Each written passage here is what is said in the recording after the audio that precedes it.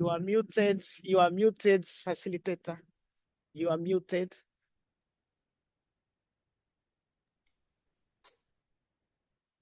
Welcome, everyone. I'm saying good morning, good afternoon, good evening, depending on where you are joining from. I would like to extend a very warm welcome to you all, an appreciation for your time and interest in the Ombuds work, and in particular to this first webinar on implementing ISO 9001 to strengthen management and accountability in African Ombudsman institutions. Ordinarily, the PP, the public protector rather, Advocate Zalega, in her capacity as the chairperson of the African Ombudsman Research Center, is the one who does the welcome as host. Unfortunately, the PP cannot be here with us this morning due to other demands to her time. She requested that I extend her own warm greetings and wishes for good deliberations. As a result, I'm then expected to introduce myself, which is the easiest. My name is Zethu Makamandela Mguqulwa, and I work as the Ombudsman for the City of Cape Town. I am also the Africa Chairperson for the International Ombuds Association, so I will be the facilitator for this conversation, a bridge between the three speakers, and then there will be time for questions, engagement, and I will also be a guardian of time. So since this is our first webinar for 2026, my goodness, who is rolling the clock back now? Pardon me. So this is our first for 2026. I cannot think of a better start than listening and learning from my esteemed colleagues from the Punjab Office of the Ombudsman. The topic they are going to outline and empower us on is particularly timely, I suppose, for ombudsman offices across the globe, but for African ombudsman institutions in particular, because these offices, I know for a fact that they operate under resource constraints, most of them, increasing demand for accountability and also public scrutiny.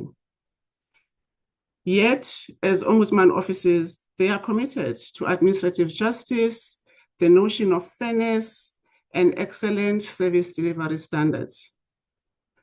We have participants. How many do we have, Frankie? Marianne? Do you know the number? Over 380, Honorable Zethu. Fantastic, fantastic. That's the number, about 380 people joining us from across the globe. And that shows, a keen interest that we have as ombuds to learning and openness to experimenting with newer approaches in terms of how best we can deliver on our respective mandates. So we really are keen to listen and learn from these esteemed colleagues from Punjab, because from the conversations I've been already hearing is that ISO 9001 can be fairly misunderstood. People tend to think it's corporate. Some people say it's quite rigid.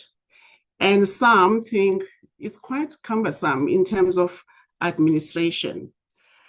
So to help unpack it all, we have three esteemed colleagues from Pakistan. But before they go, some housekeeping rules. The session will be 90 minutes. Microphones are muted, but there is a Q&A box. So we also have questions that were sent before the session.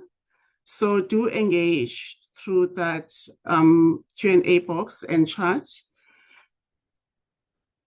I will give, if time is allowing, I will give a minute or two to one or three ombuds who are present here to just weigh in, but I will indicate if I have that time as we proceed. So our first speaker is Mr. Salim. With a very extensive CV, I will not be doing justice to, not mention a few things, but it's quite extensive. But I think it's important for you to know that Mr. Salim has a very long career in the administration and leadership within the Punjab. He's been there as secretary for Punjab and holds an MSc in environmental leadership and management from University of Nottingham in the UK. He served as the deputy commissioner of OKARA and as director of the anti-corruption establishment. He's held positions as director,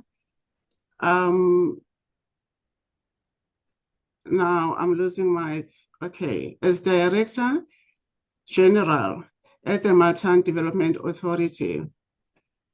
Many positions, Secretary in Education.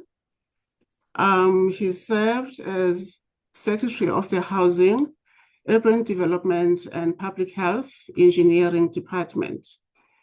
Quite an extensive CV, and I think we are really, really pleased to have you guide and share with us some of these rich experiences, especially around the work we are doing around ISO. So the topic that he will speak on is what ISO means for ombudsman institutions. My esteemed colleague, over to you, and you are welcome again. Thank you very much, Honorable Shizu. As you have introduced me, I'm really thankful for you. It was such a large introduction for me as well. Thank you very much for this introduction, and good afternoon from Pakistan to all participants. The part of presentation that I am going to explain right now is what ISO means for ombudsman institutions. The achievement of ISO 9001 Quality Management System certification by the Office of the Ombudsman Punjab represents a historic milestone in Pakistan's public sector governance, establishing it as the first ombudsman institution in the country to secure this international recognition for the head office, research and development wing, and 38 regional offices across Punjab. Ladies and gentlemen, Punjab is the largest province of Pakistan, having more than 120 million of population. This is just for information. Now I come to my slides. Why ISO is, what does it mean for the ombudsman? Ombudsman institution, as we all know, serves as guardians of administrative justice. Their primary responsibility is to protect citizens from maladministration, injustice, abuse of authority, and procedural negligence. The of an ombudsman institution does not rely solely on legal authority or moral standing. It depends equally on the consistency, transparency, efficiency, and accountability of its internal processes. Obviously, ISO means it is the international benchmark for quality, transparency, and accountability. It is citizen-focused. Our main client is complainant citizen of our country. It is process-based governance instead of personality-based decisions. It is assurance of consistency, fairness, and continuous improvement. Although finally, it has global credibility as well. Next. Ladies and gentlemen, here are some core objectives of Ombudsman. I have already briefed the ISO linked main points. Now I am coming to the Ombudsman Punjab's objectives. It provides timely and fair justice, ensure transparency and institutionalization, promote continuous public trust in governance. These are the core objectives of Ombudsman Punjab. Now, what is the vision of the Ombudsman Punjab towards OPMIS? This is where, in the Office of Ombudsman Punjab, this operational reality is embodied in the Ombudsman Punjab Management Information System, OPMIS. It is not merely an IT system, it is the institutional architecture through which ISO 9001 is practically implemented, monitored, and sustained. This is the next step, how to embody the OPMIS in reality. Next. In the Office of Ombudsman Punjab, we have observed that OPMIS is not remains a theoretical part of service delivery, or not OPS. Without OPM, it is consistency, integrity, and control, credibility, and sustainability in enforceability. Next. Mr. Salim? Mr. Salim? Yes, please. Excuse me, sorry to interrupt, dear colleague. I'm not sure if I'm the only person, but I can see your slides to my left, but they are not moving. They do not seem to be moving as you speak, so that we can follow your thinking and contribution and make sense of them. Are you moving them on your screen? Yeah. It is All right. moving on the screen. All can't see the slide moving. Can you please reshare? Yeah, that's fine. That's lovely. That's what we are missing. Excuse the interruption. You can proceed. Thank you. Yeah, thank you. Yeah, thank you very much. After describing ISO, its linkage, and our OPMIS system, now I'm going to bring the relevance of ISO 9001 for ombudsman institutions. What are the cores? Yes, in ombudsman institutions, citizens are the primary customers of justice. ISO requires leadership. No doubt, leadership must ensure institutional continuity beyond individuals. Engagement of people, staff must work within clearly defined responsibilities. It has a process approach. It requires every complaint must follow a standardized process. What ISO requires? Improvement. Obviously, when we go with the e-governance or OPMIS, service delivery must improve continuously. Evidence-based decision-making, it is there in the e-governance. And finally, the relationship management, stakeholders, trust must be maintained through transparency. And it is there in our OPMIS system that we next. Now further, what is the relevancy regarding the core values of ISO and linked with the OPMIS? First of all is the traceability. Every action in a complaint is digitally logged. Auditors can trace who performed what action, when and where, which authority. And the second is the main component is the accountability. Responsibilities are assigned through system roles delays and bottlenecks are automatically visible. Third is the risk management. OPMIS highlights overdue cases, repeated adjournments, and procedural deviations enabling preventive control. Next, performance monitoring. Dashboards are there that provide statistics on disposal rates, pendency, timelines, and officer performance. Finally, it gives us opportunity to continual improvement. OPIMS transforms ISO 9001 from a compliance requirement into a governance strength. Next. Now, if we go with the ISO approved OPMIS process flow, that how process flow we have established in our OPMIS system, it is clearly linked with the ISO and it correlates with the mandate of the ISO. It is aligned with Ombudsman Act 1997 and Regulations 2005. It is legally compliant and procedurally transparent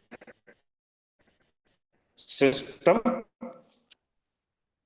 It complete complaint life cycle under quality standards. ISO 9001 validated OPMIS process flow. The process flow that we have made in our e-governance system, ISO 9001 has given go ahead and certified it. Risk-based, monitored, and continually improved. Yes, we are going to improve our system. As per some points raised by the ISO organizations doing our audit, we have improved our system. And for the at least next 3 years, it is a continuous process till we will get renewal of the ISO certificate. Next. What are the benefits of attaining ISO 9001 certification? As I have already discussed a lot of things, I will just go through it quickly. First is the improved service delivery. Second is enhanced transparency and accountability. Then complainant satisfaction, continuous improvement in the system, compliance with national and international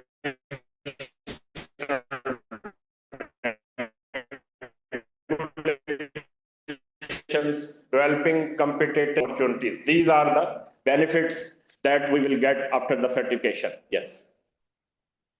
Finally, I will conclude my presentation, my part of presentation, as ISO 9001 represent a commitment to quality justice. OPMIS represents the realization of the commitment.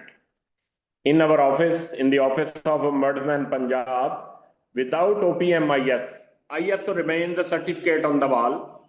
With OPMIS, ISO becomes a living system of justice.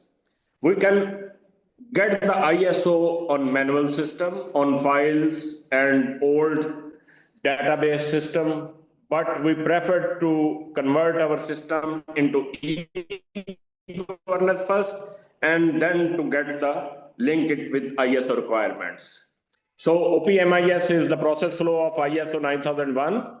OPMIS is the operational strength, and it is a model of institutional governance. Now I invite the next presenter, Mr. Ahmed, to present his part of presentation. Thank you. Thank you very much.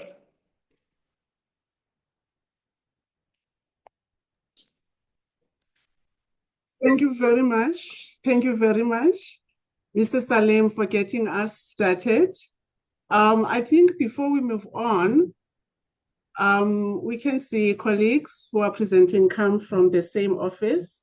Before we move on, I would just like to highlight a few things that you clarified for us, because a lot of people were thinking, but what is the relevance? Indeed, people tend to ask, what's in it for us? Because ultimately, work we do as ombuds is not for us. It's about the publics that stand to benefit from our service. And there you outlined it so well, saying service delivery is improved and there's enhanced transparency and accountability. I also liked the idea of the visibility of the work. I could see it helps with authenticity around case management, going digital on it. And those are some of the case management can be a huge stuck place for most ombuds offices. You spoke about the satisfaction that complaints get from the transparency and their being able to track where their issues are at. The notion of continuous improvement in the system, because you get measured. And I think that is the power of having the office audited and not just aligning to the ISO 9001 standard.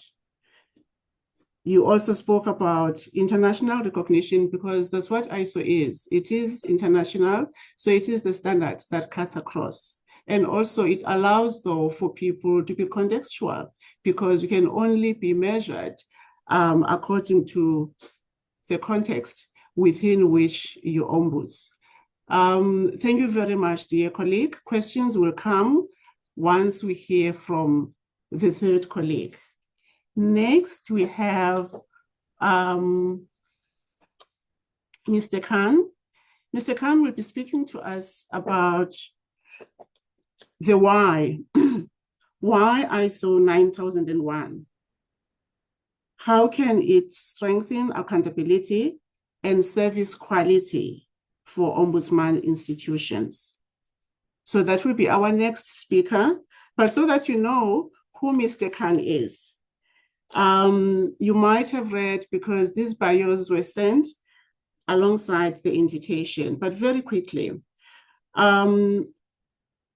Khan has contributed for many years in several roles across several provinces in Punjab, holding multiple positions, ranging from being a senior civil servant from the Pakistan Administrative Service, which is the role that is current. But his experience spans over 30 years in public administration, governance, and institutional reform. Back in 1989 is when he joined the civil service and contributed vastly in roles that range from being assistant commissioner to senior roles in food, education, health, communication, and works departments. His career includes significant contributions to the notion of accountability. He played a key role in the establishment and operationalization of the National Accountability Bureau, the NAB, drawing from experience that he had gained from the NSPP. Without going any further, please join me in welcoming our esteemed colleague, Mr. Khan. Over to you, colleague, and thank you. Thank you very much, ma'am, for such an extensive introduction. Honorable Ombudsman, Cape Town, South Africa, Honorable Ombudsman of Punjab, Pakistan, my esteemed members of African Ombudsman Mediator Associations, ladies and gentlemen, a very good morning to you from Pakistan. My worthy colleague, Mr. Salim, has baselines, and I will dilate upon the B part. And it is my singular honor for me to present before you our views on the second part of the presentation, titled Why Can start by sharing an important point of reflection on this presentation. Next. For an ombudsman institution, accountability and service quality are administrative ideals that are central to its legitimacy. Adherence to the rule of law and redressing injustices. It is imperative for it to operate in a manner that is transparent, trustworthy, Moreover, it should fall within the ambit of a globally recognized network. One such network, ladies and gentlemen, is the ISO 9001 2015. Now I will go over ISO 9001. Next, please. The core principle of ISO 9001 is a process approach. ISO recognizes organization to use process approach and how they interact. It enables organizations to achieve consistent results, meet customer requirements in line with the rules, regulations, policies, and goals. It is not a one-time undertaking, ladies and gentlemen. It entails revisiting the procedure, the process, time and again, implementing improvements through the PDs of this principle, which is plan, do, act, and check. Plan defines the processes, objectives, and resources. Do the implement what was planned. Check, monitor, measure, evaluate processes, performance, and results. Act, take actions to improve performance as necessary. In this cycle, ladies and gentlemen, accountability and service quality is not assumed. Rather, they are continuously.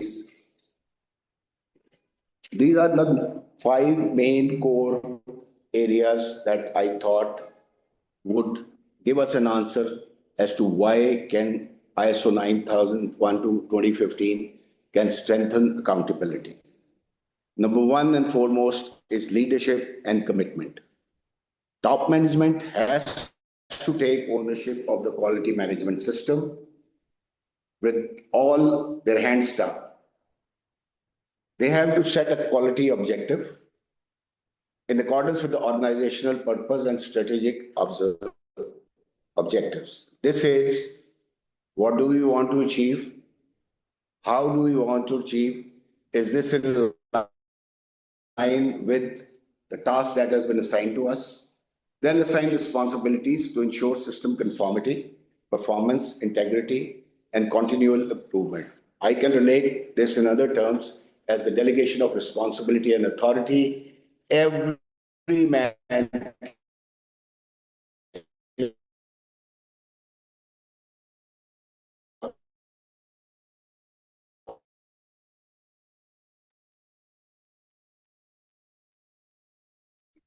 Honorable Khan, we've lost you there. First you were delayed and then there were breaks in your delivery.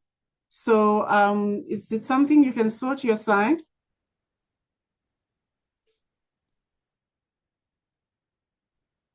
Honorable Khan?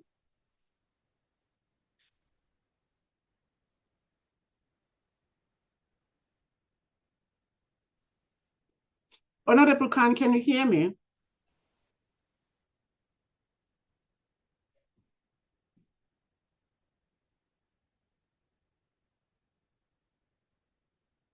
Honorable Khan, are you there? Assuming there's something, some tech issues to resolve, if the office is ready, we can actually move on to our next speaker while we are getting the technicalities attended.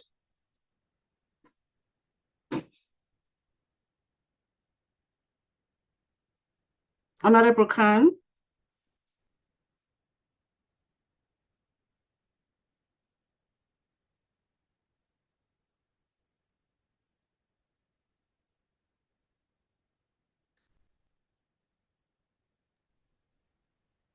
Honorable Zetu, they all working from the same computer, the same office. So they may have a problem there with their connectivity. Miss Zafar is still with us. Miss Zafar, can you check what's going on because we've lost the conference room where our colleagues are working from?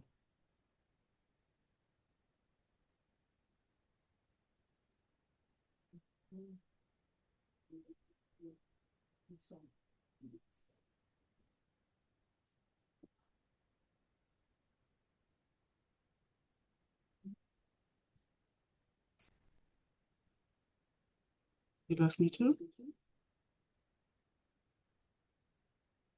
Colleagues, can you hear me? Marianne? Yes, I can hear you quite clearly. So what I'm saying is, while that office is still doing the work that they need to do to come back to us, initially we said we'll take questions and answers towards, the end. While we wait, I will be keen to find out, in the audience, are there colleagues who are already experimenting or maybe experienced in using ISO 9001 as a standard to enhance administration and processes in their offices? Or are these colleagues the first, at least here? They can raise their hands and Frankie will unmute them if they'd like to speak on the platform. Honorable Zethu.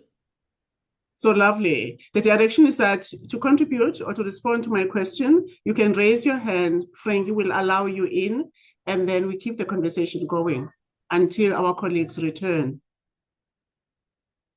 Anyone?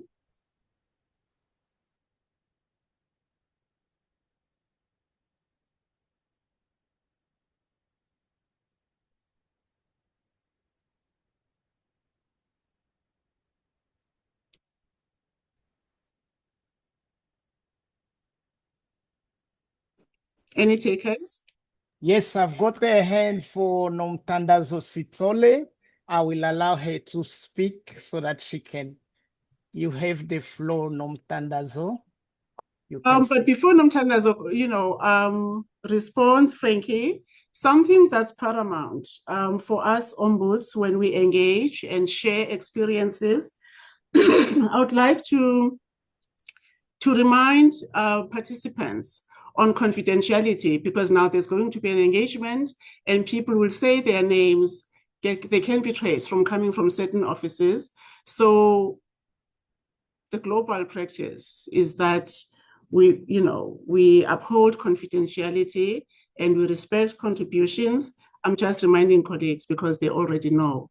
So we can hear, colleague, please share. Okay, we apologize for the network problems that we had. I will, at the cost of repeating myself, go over the core operation principle of ISO so that don't miss anything. The ISO core principle is the process approach. It recognizes and tells organizations to use this approach. This involves clearly. Before you come back, I just want to close because while we're waiting for you, we're starting a conversation. So the colleague that was going to contribute, can I ask you, dear colleague, to hold on? Before we start Q&A, we are keen to hear from you. So hold that thought and contribution, but we'll go back to Mr. Khan for now. Thank you. Mr. Khan, you may proceed. Yes, ma'am. Yes. I was saying we apologize for this inconvenience that has been caused. I will just go over the core operating principle for ISO again. It is a process approach. ISO encourages organizations to use a process approach. This involves clarifying processes and how do they interact. The main thing is that it enables an organizations to achieve consistent results and meet customer requirements in line with its rules, regulations, policies, and goals. It is not a one-time undertaking. It entails revisiting again and again the procedure, the process, and implementing improvements through a PDCA cycle. The PDCA cycle is plan, do, check, and implement. The planning part is define the processes, the objectives, the rules and regulations that we have, the resources we are going to use to meet our customer requirements and our organization requirements. If we have done this part, we go over to the implementation do part. That is, implement whatever you have planned. After the result has come out, check, monitor, measure, ensure, evaluate the performance as well as the results to ensure that they meet the set guidelines that we have set up, the policies, objectives, and requirements. This cycle of the PD, previous slide, please. In this cycle, accountability and service quality is not assumed. Rather, they are continually verified and improved with every step that we take. Now we take you to how can ISO strengthen accountability. And these are 5 measures that are given over there. I will cover up with them one by one. This is measure number 1, leadership and commitment. The top management has to take ownership for effectiveness of quality management system that is fully involved with it, all hands down, all the resources, all the workforce. Set quality objectives in accordance with our purpose of the organization and strategic objectives of the organization. By this I mean, we set a target for ourselves, we set the timelines, we set the goals, how to achieve them, and what are the ways that we are going to achieve them. Next is assign responsibilities to ensure that we are conforming to performance, integrity, and continual improvement. I can relate this to delegation of responsibility and authority. Every person at every tier knows what is his job and what are his authorities that he can use. And there is no overstepping. Next is obviously customer, the citizen. So we have to understand their requirement, prioritize, and consistently meet their requirements. One of the roles that we have to do. And obviously, to do all this, the top management has to provide necessary resources and support that is required for implementing such a process. And then promote continuous improvement. Number 2, next slide, please. Clear ownership of responsibilities and tasks. Covered up in the first time, but clearly defined roles for each and everyone. Each and every step, and obviously the processes are also clarified to them. Documentation. We have set up the play thing. We have given the task. Now they are going to work on it, and they are going to produce a document.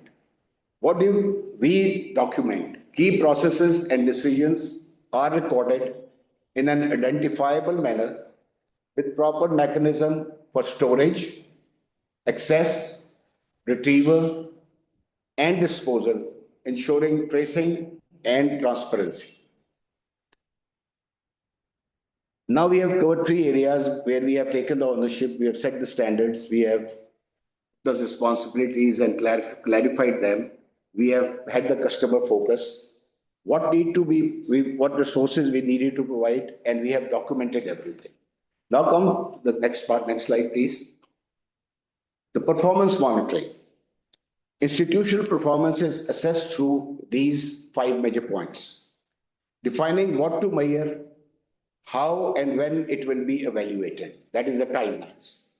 Monitoring customer perceptions through their feedback and other ways that we can get input from them. Evaluating the data that we have stored to assess performance and improvement needs.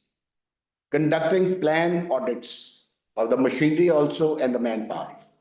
And reviewing our quality management system at planned intervals. Having said this, done all this, then comes a corrective action. Issues impacting the effectiveness of the QMS are addressed through timely corrective actions that identify root causes, control impact, and prevent recurrences. Next, please.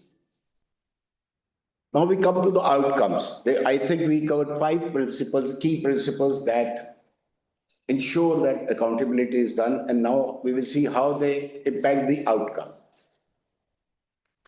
Number 1, next slide, please. Leadership and commitment ensures that Ombudsman leadership is accountable for how the institution performs and serves its customer. That is the complainant in our case. Clearly assigned responsibilities for tasks such as complaint registration, handling, investigation, disposal, transparency, and accountability are met, and everybody goes according to that. Document ensures that every complaint registered and action taken is documented, it's traceable, we can have an oversight on it, we can review it, we can do an identification problem from where it is happening and do improvement. Performance evaluation, audits and reviews. This drives continuous improvement in the output, strengthens accountability, and align Ombudsman practices with globally recognized standards, that is, recognized globally the ISO systems. Corrective action and root cause analysis help the Ombudsman institution to identify recurring issues and drive systemic improvements, enhancing overall effectiveness in the grievance part. This culminates my part as how it can strengthen accountability. Now we are going to go to 4 basic principles that will tell us how we can improve our service delivery. Next slide, please. Customer-oriented focus. It ensures that the customer needs and requirements are determined, understood, and consistently met, enhancing their satisfaction. Determination, what do they want? Understood, why do they want this?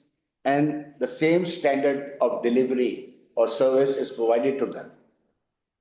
Then we come to the effective communication with customers is encouraged to inform about the processes, the procedures, the status of the case at that point in time. They can log in and find out what is the status of the case and gather feedback for service improvement through the means that we have of getting the feedback from them. Risk management. It enables an organization to analyze, according to ISO, any occurring non-conformities and take preventive action to avoid recurrence. This ensures that any potential issue are identified and addressed early, minimizing negative impacts on service delivery. I would add another point to it, which I think should be there, is that when we have made the setup, the progresses, we should have a way out to find out as to when, before the problem occurs. So there has to be a forecast about the systems that we have implemented and a forecast as to what problems can come up. This can do an early warning for us to handle the system. Quality measurement. Obviously, the service delivery has to be measured. The quality objectives are clearly defined in accordance with the core objectives of our organizations, which may differ from place to place, and they are treated as measurable outcomes.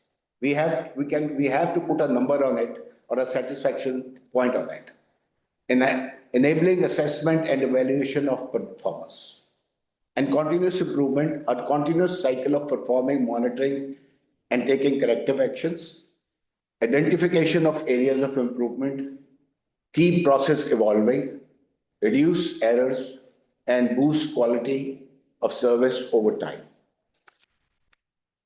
We have covered the 4 tiers that will support our outcomes, and these 4 outcomes are, next please.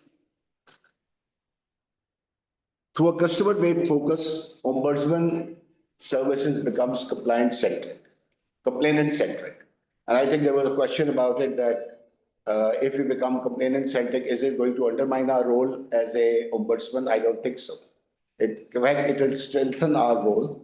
And I think there are other questions which me and my colleagues will answer later on. Prioritizing greater access, timely resolution, and fairness, thereby increasing public trust in the institution. Risk management allows for potential problems such as late handling, backlogs, delayed actions. Somebody is not satisfied with the outcome to be identified, addressed early before they offset the service delivery parameters that were put. Treating service quality as a measurable outcome supports the evolution of complaint handling process, guides evidence-based improvements. A culture of continuous improvement, faster, transparent, evidence-based justice, delivery that aligns with globally recognized standards of institutional resilience. Over here, I will just give you a recent example of an exercise that was carried out on the direction of our worthy Ombudsman, where we were told to look into the revenue disposal system. And it was indicated to us that which area do we need to address. So we ended up into an upper OPMIS system, and we got all the complaints for the last 3 or 4 years, which were related to that specific subject. We tabulated them, and then we did a structured review of all these cases. First of all, before doing the structured review, we identified those cases which are relevant to the area pointed out, put them down, and did a review of them on 5 cardinal principles. What was the complaint? What was he demanding? How did we assess it? Was our procedure correct? Did the relief commensurate with what he was asking for and the outcome? So this structured review that we carried out, it identifies some errors and inconsistencies. Keeping those errors and inconsistencies in mind, we were immediately asked, the whole advisor group was immediately asked to carry out training webinars for corrective and preventive measures, which are going on even today at this point in time in the hall. And we will review the results after maybe a couple of months to see as to whatever all these esteemed advisors has trained them on, it gives fruits or not. As a afterthought, I would say, or as I just want to add this, ISO is non-prescriptive. It does not require uniform organization structures or rigid documentation formats. It's very fluid. It allows different institutions to integrate ISO 9001 in a way that complements existing mandates, legal frameworks, and operational realities. The ISO is not going to mess with our mandate, our legal frameworks, and our operational realities. So it can be adopted in any part of the world. Rather than being restrictive, its principles can be applied adaptively to strengthen accountability and service quality. I thank you all very much for a patient hearing. And with your permission, ma'am, I'll hand over the mic to you. Over to you, ma'am, Zitu. Thank you so much for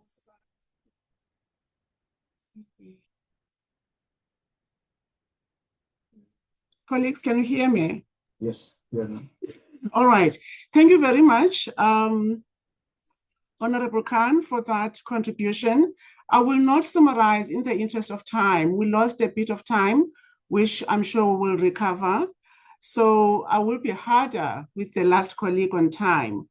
But what I heard you emphasize in your presentation was that ISO 9001 is not about standardizing outcomes, but it's about consistency in process. And that is an issue that all ombuds, regardless of their practice, are about. So thank you very much. The last presentation is from Honorable Semi.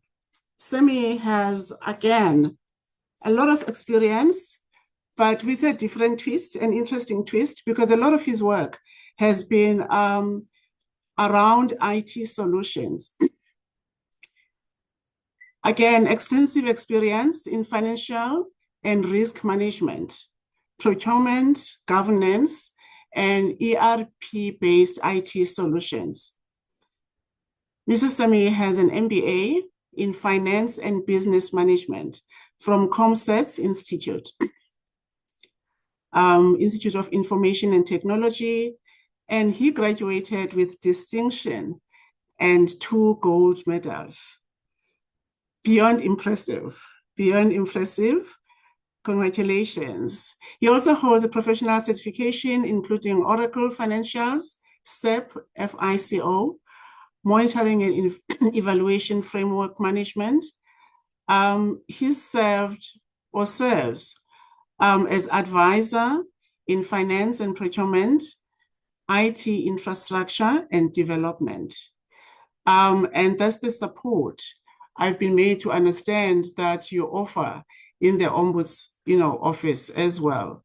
But let's hear how your contribution links up with ISO 9001. Semi's topic is ways in which Ombuds offices can begin ISO 9001 implementation channel. Welcome, and over to you, sir. Thank you very much, Zitu. It is a very pleasure for me that you introduce a long introduction about me. The first thing first of my presentation that we, for the society and public, we contribute in a way, in a system, which contribute to our society. The ultimate goal of our office is serve today and gain tomorrow. And the implementation of ISO 9001-2050 quality management system in Office of the Ombudsman Punjab focus on two things. First is the process and system approach, and you have the system. And that system is the Ombudsman Punjab Management Information System we develop in-house, for which we can implement our ISO standards and regulations, which we discuss later on the process and system approach. Next slide.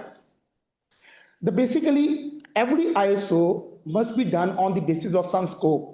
What the scope of the organization, for which you can design your scope, do the complete studies, organization, citizen behaviorship analysis, risk management frameworks, for which we do the ISO 9000-2015.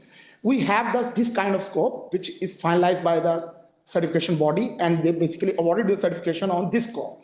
And that scope considered on 3 and 4 elements, which I can discuss later. First, I read out the scope of the ISO 9000-2015 QMS from Office of the Ombudsman Punjab is the delivery of complaint management services through information and communication technology using Ombudsman Punjab Management Information System for addressing and resolving grievances related to maladministration by provincial departments, agencies, and public sector entities within Punjab in accordance with the Punjab Office of the Ombudsman Act 1997.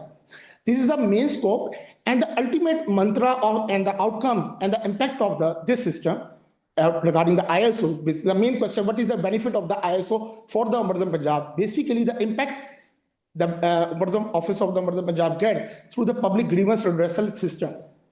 Next slide. Basically, perform a process and system approach for Ombudsman Punjab considered on public grievance redressal system based on these core elements. Without these elements, you cannot do the ISO. Because you need the system that in line with your rules and regulations, and your processes must be systemized through the outcome basis, not the output basis. Because in the orthodox organizations of the world, only focus on inputs and outputs. While the ISO awarded not the input and outputs, they provided the certification on the basis of outcome and impact, which we can discuss in later. The one by one point I discussed with you. The first part is for any ISO, you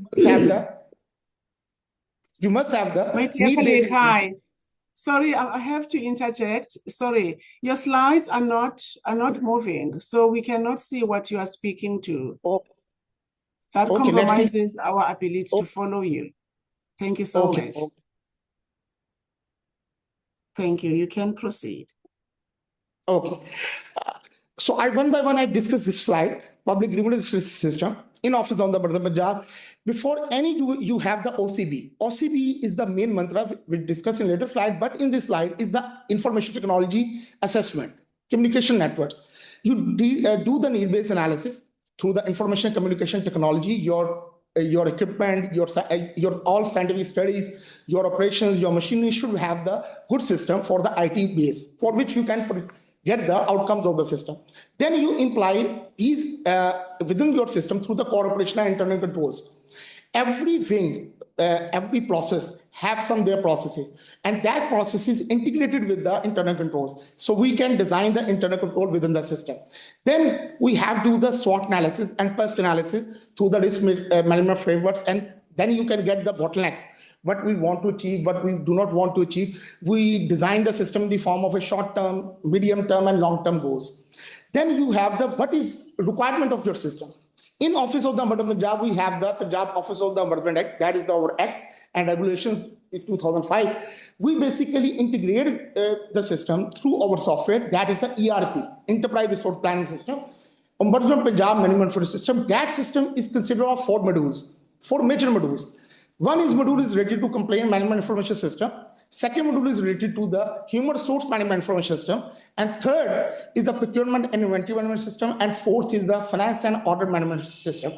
All these systems integrated with Public Grievance System, and we can develop it, design it, and deploy it within our in-house resources to make the better outcome of the system. And all these processes has a unique mantra or worldwide, the gravity of the forces, that you always focus on continuous improvement, always accept the change management. Basically, the ultimately beauty of this system is a change management system. It's not a conventional system or thorough system. It's unconventional system that focus on the outcome and impact of the goals which we have set during the designing of the system. Next slide. Basically, now we have come to the operational side. How we can get this ISO 9000 2015? We basically design first, and the most thing is the two things which is come on the slide is a concept design and term of reference. Concept design is basically the change management assessment through the risk management and RPM, basically result-based management tools. We can design the concept design, what we want for the ISO, for our organization. Then after the concept design, you develop the TORs on the requirements of ISO 9001. What is the standard required? So we make the TORs on the perspective of Office of the Ombudsman Punjab, our core operations, our rules and regulation, our IT equipment, that must and should be correlated with the ISO standards. And the scope of the certification is head office, research and development wing, and 38 regional offices. Next slide. These are the core operational modalities and standard operating procedures we use during the ISO. ISO basically do all the operational side of these wings. Like, for example, I talk about the head office core operations. The complaint management system is vetted by the ISO, human resource management system, admin wing, finance and budget wing, logistic and procurement wing, IT infrastructure and development wing, CMS wing, legal wing, registrar wing, and media wing. These are all the core operations which we perform in head office, that vetted by the ISO and within the scope of the ISO. Next slide. This is another part of our organization, and the best part of any organization is the search and development. So we have the core operation of search and development also vetted by the ISO. That is a search framework, the search methodology, data collection and analysis, search papers, MOU and collaboration with key stakeholders, and coordination and inspection. Third one is the related to core operations, which is our district regional offices, like the regional offices in different districts of Punjab. Punjab have the 39 districts, but during the certification, we have the 38 regional offices. So we basically certified that. In this year, we can also certify the one district also. So that becomes a part of 39 districts. 38 districts vetted by each process. Like I said to that, the regional head office, regional research and development wing. Now these core operations, like complaint management system, human resource management system, finance and budgets, procurement, administration, IT core operations vetted by the regional offices level by the ISO. Next slide. This is the main mantra and the heart, and you call the soul of the system. Without these elements, you cannot do the ISO. This is the primary and mandatory requirement for the ISO, because I said to that, the ISO focus on outcome and impact, and that outcome and impact come only on the base of some system. If you have the system, like the over speaker first, Professor Salim said that you also vetted the system through the file system. But the problem is that system comes with the personal biasness. Individual accessibilities come. So this, while the process and systematic approach of the system comes with that, the impartiality of the system must be available and must be recognizable and presentable within the system. So the beauty of this system, before starting ISO, you had to do these steps for you making the ISO for the organization. I just give me some second each of the point. Like I said to that, the OCB is the main mantra. Organization citizenship behavior is the change management subject. Before making the system, you have the OCB. You know that what the bottleneck of the organization, what the strength, what the weaknesses, what the challenges you have to be faced, and you identify their goal as realistic and idealistic. But you make your system on the base of evidence, on the base of structure, on the base of internal controls. Second part, which is based on the OCB, is the risk management framework, which I discussed laterly in the properly slide, and how to make that system in our office of the Ombudsman Punjab. Risk management framework, you identify the risk. What are the more identical risks? What are the more short-term risks, medium-term risks, and long-term risks? And then you make in the form of a risk management framework for which you can eradicate the risk on the base of the requirements. Then you make the result-based management. Once you define the risk management, then you define the things. What are the requirements of input? What are the requirements of output? What are the requirements of outcome? And what are the requirements of impact? Then all these things do not be done and cannot be done on the base of without the use of ICT. ICT is the main mantra behind the ISO for development and design and development and deployment of any system. So main core ICT elements like equipment, you should need the good internet, you should need the network, you need the security, you need the IT equipment, and that equipment must be correlated with your core operations. The core operation and compliance level must be good. The first thing we do before going to the ISO and making the system, we do the digitization and of documentation. Office of the Ombudsman Punjab have more than 9 million scanned color pages database in our system. And all our core operation like admin wing, like finance wing, like logistic wing, like complaint management system data scanned, we do not depending upon the physical file. All the files, all the data scanned, indexing, archived, and properly documented within the system. And we're using the advanced OCR-based scanner. OCR is a technology, is a documentation scanner. It is that called as optical recognition scanner.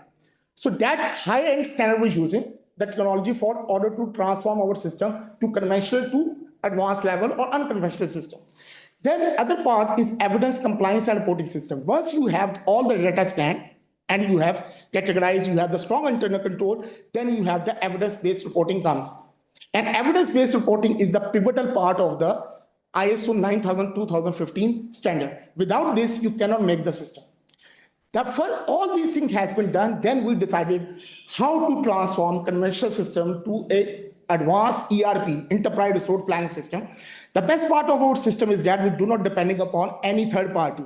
We make our system within our resources. There are the three things has to be done during the development of any system in software development: design, development, and deployment. In today's world, everyone basically wants the deployment. That is easy part.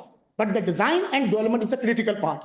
So the best part of this system, all the 3Ds, design, development, and deployment, is basically holding by ourselves. We do not depending upon any third party, any software house, any other person. If you want to change the system, we can develop and design within all resources. Yeah. Another Semi.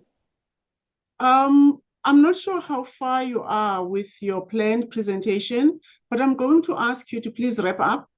I'm sorry your time got eaten up by the delay we experienced.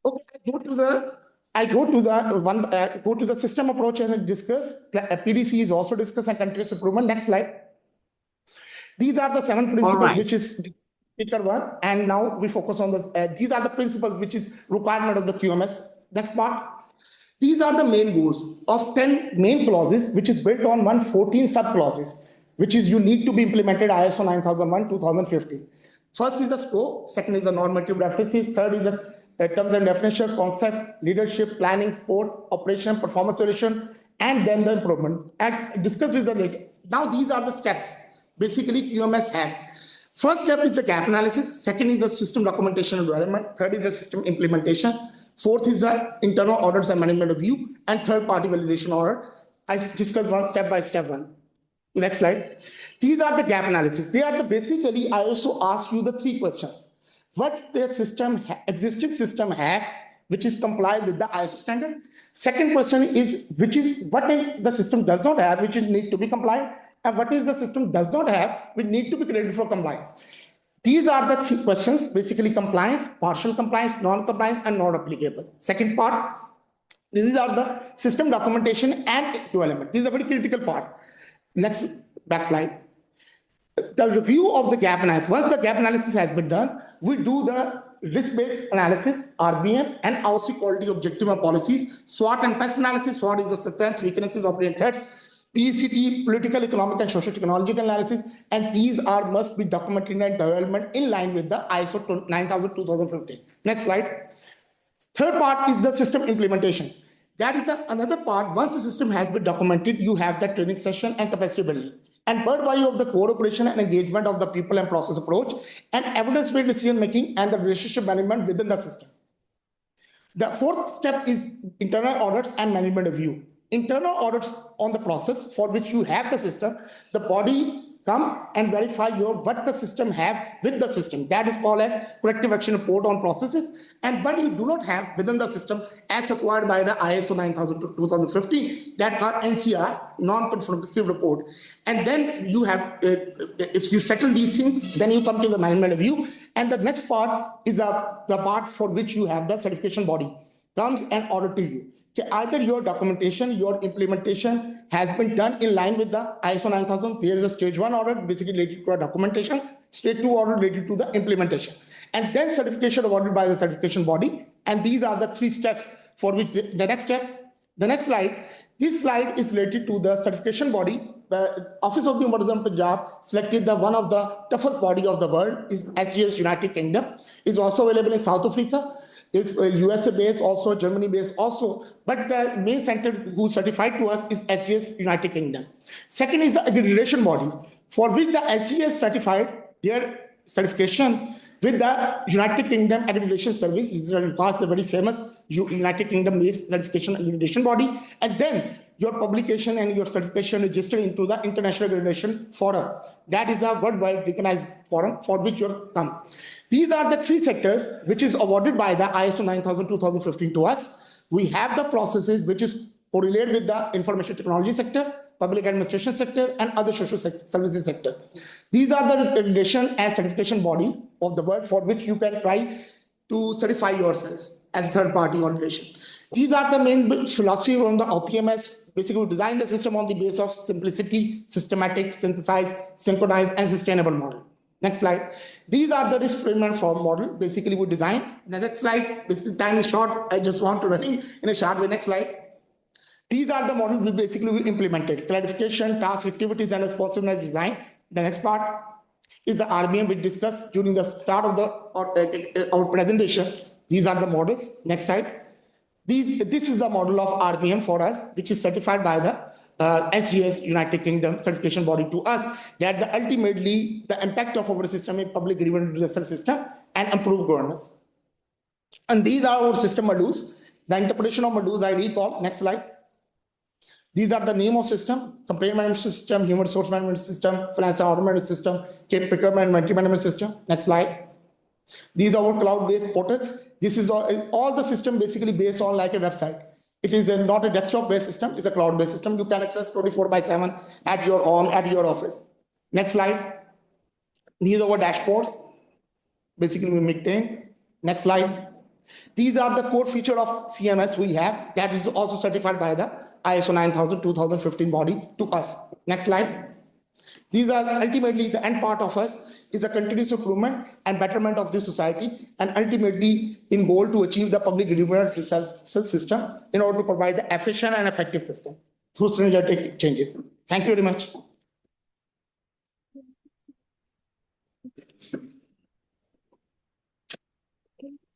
होगी? दिखा दो, बंद हो गया.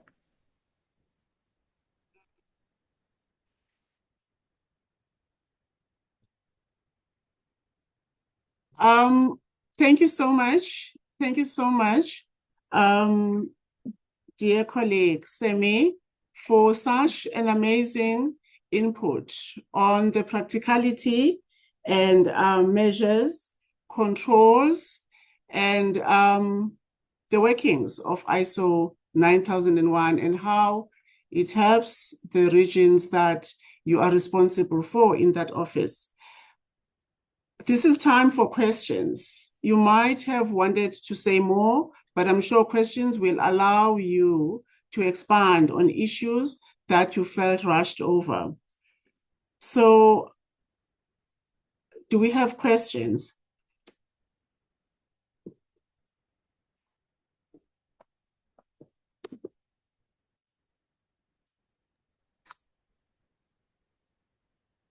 Do we have questions? Honorable Zetsu, can we allow the lady that had raised her hand to raise her question now on the platform? Thank you, Marianne, for holding me to the promise. Excuse me, dear colleague, I forgot. So let's do that because you are already on the floor. Thank you. Good morning, everyone. My name is Nomthanda Zositole from the Commission for Gender Equality. My question is around ISO is basically from what I've learned, there's a strong emphasis on documentation, evidence, and traceability to ensure quality. However, in terms of certain confidentiality requirements, like in mediation and when it comes to POPIA, there are limitations on how much information may be stored, shared, or recorded. And there are also confidentiality restrictions relating to mediation. So I wanted to ask practically, how do institutions balance these documentation expectations with the legal and ethical duties of confidentiality, privacy, and sensitivity? Yes, thank you.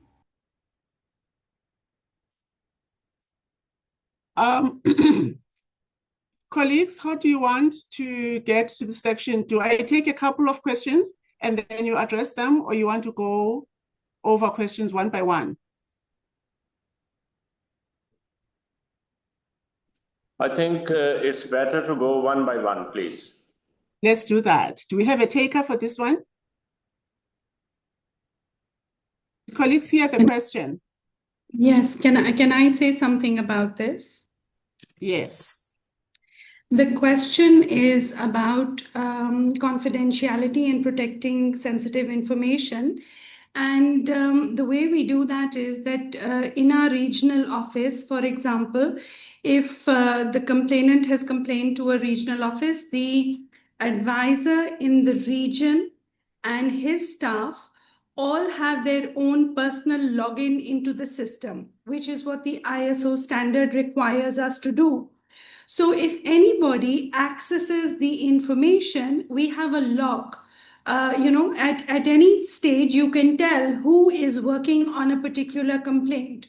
So the access to a particular complaint is limited to that particular regional office. It's not open to the entire office or the entire the other regional offices, etc. And once the actual final order is published, then it is a public document. Then it can be accessed by other people because it's in the public domain. Nomthanda, does that response help you? Yes, thank you. And then maybe as a follow-up question, how then are you audited while that complaint is still pending? We are not specifically audited for each complaint, but if there was any complaint about the way in which we handled something, we could, from this system, trace exactly who dealt with all documents at any given stage. But as part of the ISO, we will be audited by the external SGS team over the next 3 years. That is how long our contract is with them. And then the contract will be renewed. But for the duration of the ISO certification, which runs for the initial 3 years, we can be audited and our processes can be audited without notice to us at any stage.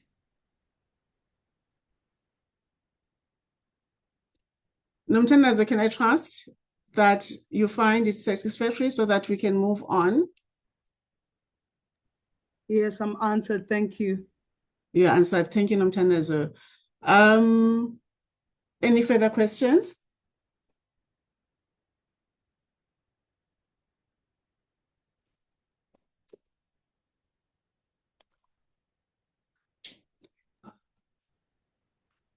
So,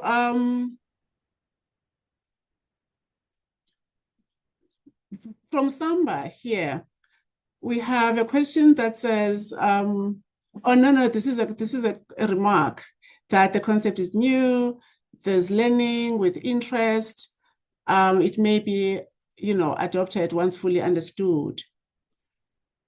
So a question says that follows, in what ways does implementing ISO 9001 strengthen the quality management system and public trust, especially with the use of ICT?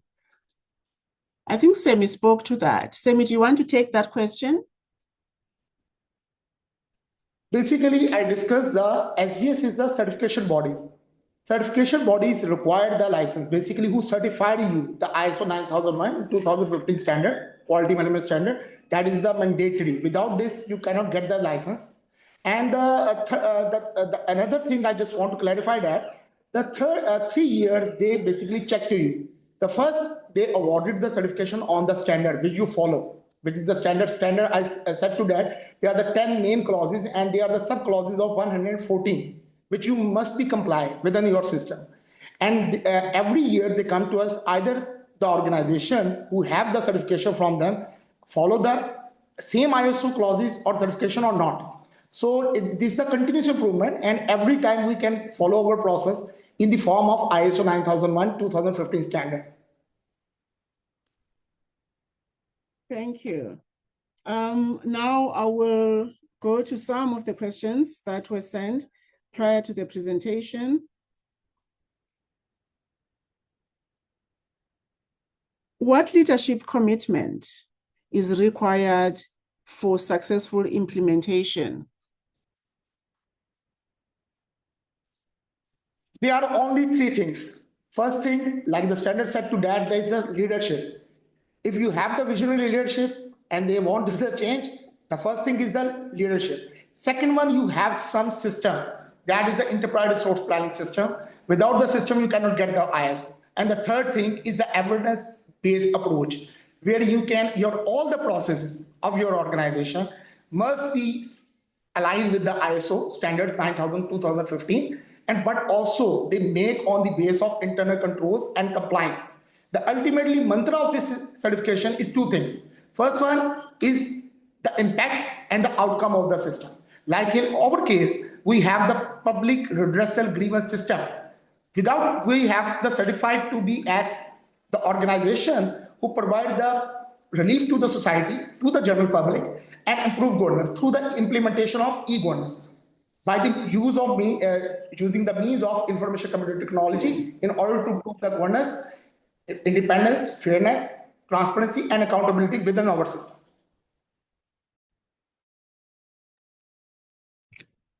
Thank you. Any additional questions? I'm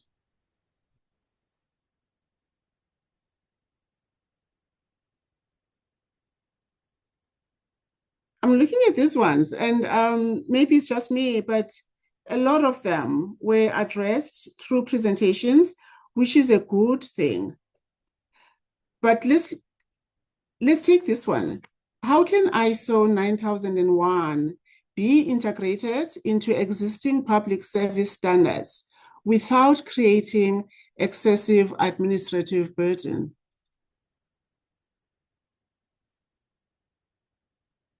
Colleagues, is the question clear? You asked yet how we integrate our system with the regulations. ISO 9001. Adoption without creating an excessive, that is not another bureaucratic step. Okay, basically, the first part in my presentation said to that you must make the OCB, and that built on risk management framework and result-based management system models, which is a requirement of ISO, for which we designed the concept design for the ISO 9000-2015, and for which we make the TORs. For which in the TOR, if you want to set, if you want and your participant want how to make the TOR, we can share the TORs of our organization, for which we can design all the steps must be correlated with our system. Without the concept design and the TORs cannot be made. So this is a necessary part of the ISO regulations. Your system must be aligned with the ISO 9000 through the concept design. So that concept design comes into the form of a risk management framework model and RBM model, which I discussed in my presentation. Thank you. Now a very quick one on cost implications, especially around certification.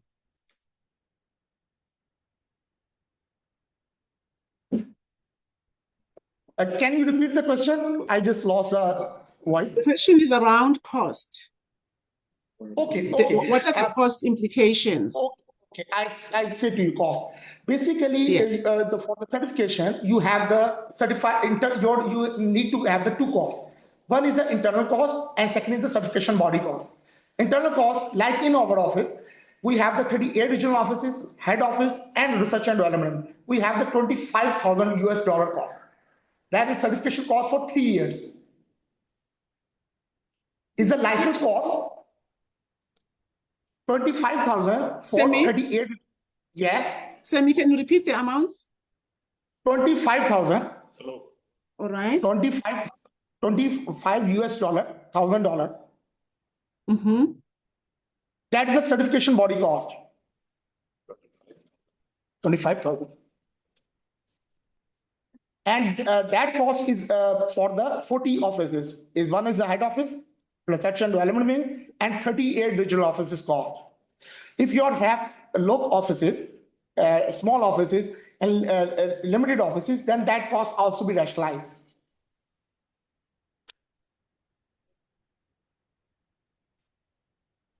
Can I just add something to that? As yes. Sami has already said, our office is quite large, and this required SGS, the certifying body. Their teams had to visit all 40 offices and speak to all our staff who deal with the complaints, etc. So we have an overall staff of 685 people. At least half or more of those actually deal with the complaints, etc. So everybody had to be interviewed about the processes they follow, etc. That is why the cost for us was much greater. But if we had chosen, or any other institution chooses to focus only on their main office, or in fact is a smaller outfit, then the cost would be substantially less. Because we chose to do our entire institution, the cost was more. And as Sami already pointed out, this covers a full 3 years, and it covers a continuous auditing that will happen over the next 3 years.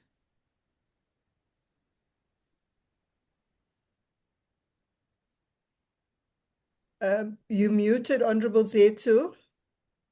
We can't hear you. How about now? Can you hear me now? Perfect. Yes, I can hear. All right. Marion, I'm really going towards closure of the session because we requested time until past. And I'm very much aware that we also need to just close and, part ways properly. These presentations will be shared. Frankie will send them. And these colleagues, I'm sure, will respond, because now you can find them individually for any additional conversations that you might want to hold with them on the side, depending your plans in your respective office. So from my side, really, I would like to thank you for being such an engaged audience. Thank you to the colleagues from Punjab for really, really taking us through a methodology that may be growing across the globe, because I could sense not many ombuds offices that exist actually use it. And I can also think that organizational ombuds offices might not opt to use it, given they are working off the record, but hybrid offices and legislative classical ombuds offices and similar surely will find a lot of value and insights from what we shared or what we learned this morning, South African time, of course. So without any further, summations, I would really like to thank Marion and Frankie, and over to you, Marion. And thank you, the audience, thank colleagues from Punjab, but Marion, please take over. Thank you. Sorry, with your permission, may I say one more thing, please? Please go ahead. Sorry to take up your time, Marion. No, go ahead. I just wanted to say that, since the audience over here is all interested in ISO 9001 certification, the Office of the Ombudsman Punjab is offering an internship for 1 week at our offices, which will include regional offices and our head office, and include, sort of briefing on our OPMIS system. And this is open to anybody who has experience within the Ombuds institutions from across the world. The only cost to the intern will be of their own visa and travel arrangements to get to Lahore. And once you're here, you are our guest, and we will be covering travel and accommodation costs, and it will be for 1 week. We will show you all our processes, and we hope that people from amongst the audience will take up this offer. Thank you so much. Sorry to interrupt your time, Marion. That's very useful. Thank you, Ombudsman, and thank you so much for that offer. We would appreciate if you could please maybe send us communication so that we can communicate with the participants, especially, the terms and conditions of the internship. Thank you very much. We truly appreciate it. And it's lovely to see you again. Okay, on behalf of the Ombudsman and Mediators Association and the African Ombudsman Research Centre, I would like to extend our sincere appreciation to everyone who contributed to today's webinar. The webinar addressed an important and timely issue. Effective ombudsman institutions depend not only on independence and integrity, but also on strong internal systems, clear processes, and a culture of continuous improvement. Today's discussions demonstrated how ISO 9001 can support these objectives by strengthening accountability, consistency, and service delivery within ombudsman offices. We would like to express our deepest appreciation to our speakers from the Office of the Ombudsman Punjab. In particularly, we sincerely thank Mr. Kaiser Salem, Secretary of the Office of the Ombudsman Punjab, Mr. Ahmed Yar Khan, Advisor in the Research and Development Wing, and Mr. Sami Ullah, Advisor for Finance, Procurement, IT, Infrastructure and Development. Thank you for sharing your practical experience, your lessons learned, and reflections on the ISO 9001, on your ISO 9001 implementation journey. Your presentations went beyond theory and provided clear, concrete examples of how quality management systems can be applied in an ombudsman context. Your insights have given participants an understanding of what ISO 9001 involves, the commitment it requires, and the value it can bring when implemented carefully and systematically. We also extend our sincere thanks to Honorable Zethu Makamandela Ngukulwa, Ombudsman for the City of Cape Town, for skillfully facilitating the session. Thank you for guiding the discussion with clarity and professionalism, and for ensuring that the conversation remained focused, inclusive, and grounded in the practical realities faced by ombudsman institutions across different jurisdictions. Our appreciation also goes to the leadership of AORC and AOMA for their continued commitment to strengthening ombudsman institutions across Africa. This webinar forms part of a broader program aimed at promoting good governance, accountability, and respect for human rights. We are grateful for the continued collaboration with our partners, including the International Ombudsman Institute, whose support and shared values strengthen this collective work. We are particularly encouraged by the level of interest shown in this topic. We received over 380 registrations and we had 259 attendees from across Africa and around the world. Special thanks must be extended to the interpretation team whose work ensured that this webinar was accessible to participants in multiple languages. In closing, today's webinar was highlighted that implementing ISO 9001 is not simply about certification. It is about building stronger institutions that are responsive, transparent, and accountable to the public they serve. We hope that the insights shared today will assist Ombudsman institutions in making informed decisions about their own quality management journeys. Our next webinar will take place on the 3rd of March and entitled Enhancing Efficiency in Case Resolution, Integrating ADR and Investigation Techniques. We hope that you will join us. Thank you once again to the speakers, the facilitators, the partners, the participants. We look forward to continued engagement and collaboration in future AOMA and AORC activities. Take care, thank you, and God bless you. See you next time. Thank you. Thank you so much. See you next time.